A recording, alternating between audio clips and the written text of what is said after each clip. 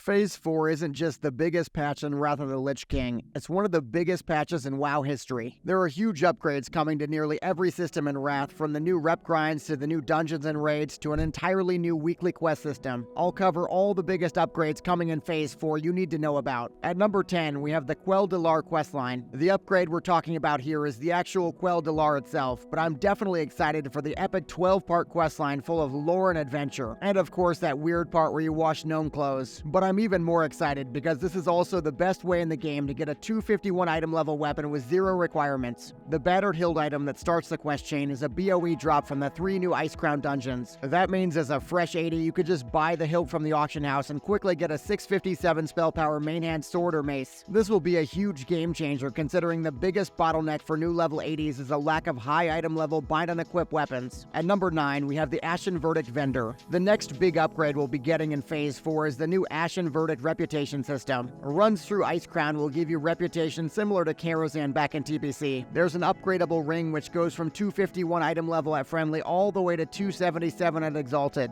I know I'll be trying to max out my rep as soon as possible with trash farming methods. There are also new leg and boot recipes, which means more BOE upgrades for fresh characters and mains as well. I'm also particularly excited for the new arrow and bullet recipes that require gnomish and goblin engineering respectively. These will be great gold makers, especially if Blizzard gives us a well-deserved hunter buff in time for the phase. The number 8 biggest upgrade in Phase 4 is the new dungeons for catch-up gear. The 3 new dungeons are arguably the best catch-up mechanic we've seen in Wrath so far, though unlike other dungeons in Wrath, there is an attunement process. That basically requires you to run through Forge of Souls, which leads to Pit of Sauron, and then finally Halls of Reflection. Don't worry, the questline involved is really easy, and you'll be given plenty of good Lich King-related lore. These dungeons throw 232 item level gear at you like candy, and there's a possibility of getting a hilt drop leading to the Quel'Delar Questline. Not only is this the best way to catch up new alts, but you can also sell the hilts on the auction house for bonus gold too. The number 7 biggest upgrade in Phase 4 is the new NPCs. You may have heard that the new NPC Frozo is coming, and he exists to destroy your frozen orbs. You can turn one frozen orb into an eternal of your choice, which means eternal fire prices should come way down. There's also another NPC I'm even more excited for though, which is Brazi Getz. He's hanging out in Icc near the gunship battle and originally sold highly inappropriate gnome books. Though suspiciously in the last few years, his stock has been changed to be much more like a generic vendor. The number 6 biggest upgrade in Phase 4 is the new Wintersgrasp Gear. This is a short and sweet one, but we'll be getting brand new Wintersgrasp Gear from the new vendor Champion Roselai. There are new 245 cloaks, shoulders, and necklaces available. This will be great for catching up your cloak slot if you never got that tribute chest cloak. This also may very well be the final time in your life you get to do Wintersgrasp, so you'll definitely want to grab those upgrades for both PvE and PvP. Also on the Wintersgrasp topic, we get Toravon, the final VOA boss, who drops tier 10 legs and gloves as well as Wrathful Gladiator gear. I'm definitely going to miss Vault of Archivon runs that were 40 minutes of forming followed by 3 minutes of boss killing. I'm also gonna miss you because you never subscribed and now my mom says we can't hang out anymore. Unless you subscribe right now, in which case it's all water under the bridge. At number 5, we have weekly quests. Weekly quests are a huge upgrade for Phase 4 since we'll be moving away from the daily system towards a more manageable and rewarding random quest system each week. The first thing we get is the new weekly raid kill quest. This quest sends you to a random raid to kill a boss, and your reward is 5 frost emblems and 5 triumph emblems. The other new set of weekly quests comes directly from Icc. When you're clearing Ice Crown, one of 5 quests will randomly be available. Once you finish the quest, the reward will be a frosty sack containing 5 emblems of frost and random epic gems. Also, sometimes the bag will contain a 264 item level trash BOE from the raid, which you can sell for huge profit. At number 4, we have the final Kirin-Tor rings. These are a welcome upgrade if you've been holding onto your Kirin-Tor ring this whole time. Harold, Winston, and Dalaran will give you your final upgrade, which is 251 item level for 1250 gold. All in all, maybe it would have been worth buying a Kirin-Tor ring 8 months ago. At number 3, we have Ice Crown Citadel. Talking about the Icc Raid, this may very well be the biggest upgrade in Phase 4. We get 12 bosses with some of the most epic and memorable fights in WoW history. This is a harder and longer raid than even Ulduar. Luckily, your time won't be wasted though, since the gear is out of this world compared to the first 3 phases. We'll be getting extremely contested BIS drops up to 284 item level. The raid is also directly tied in with the brand new Ashen Verdict reputation system and the buyable rewards. Of course, when you talk about rewards, you can't forget about raid drops like Invincible, which will be jealousy-inducing for years to come. The real treasure here though is the best legendary in the game since Thunder Fury. That leads us to the second biggest upgrade in Phase 4, which is Shadowmourne. Shadowmourne is such a big upgrade, it'll undoubtedly have half the game re-rolling to Warriors, Death Knights, and Paladins. This is the most difficult legendary to acquire with a 9-part quest chain. Not only will you have to kill bosses in the raid in specific ways like Sindragosa, but you'll also have to collect 50 Shadowfrost shards. Retail data puts Shadowfrost shards at around a 75% drop rate on Heroic, which means it'll take 5 to 7 weeks of full raids to complete each Shadowmourne. That is, of course, unless your guild disbands due to Shadowmourne drama. Alright, let's get to number 1. The likely biggest upgrade in Phase 4 we have is the Random Dungeon Finder, also known as RDF. This is a cross-realm system that queues up 5 players automatically for groups based on role. If you're thinking back to that Blizzard interview where they said RDF wouldn't be coming to Wrath,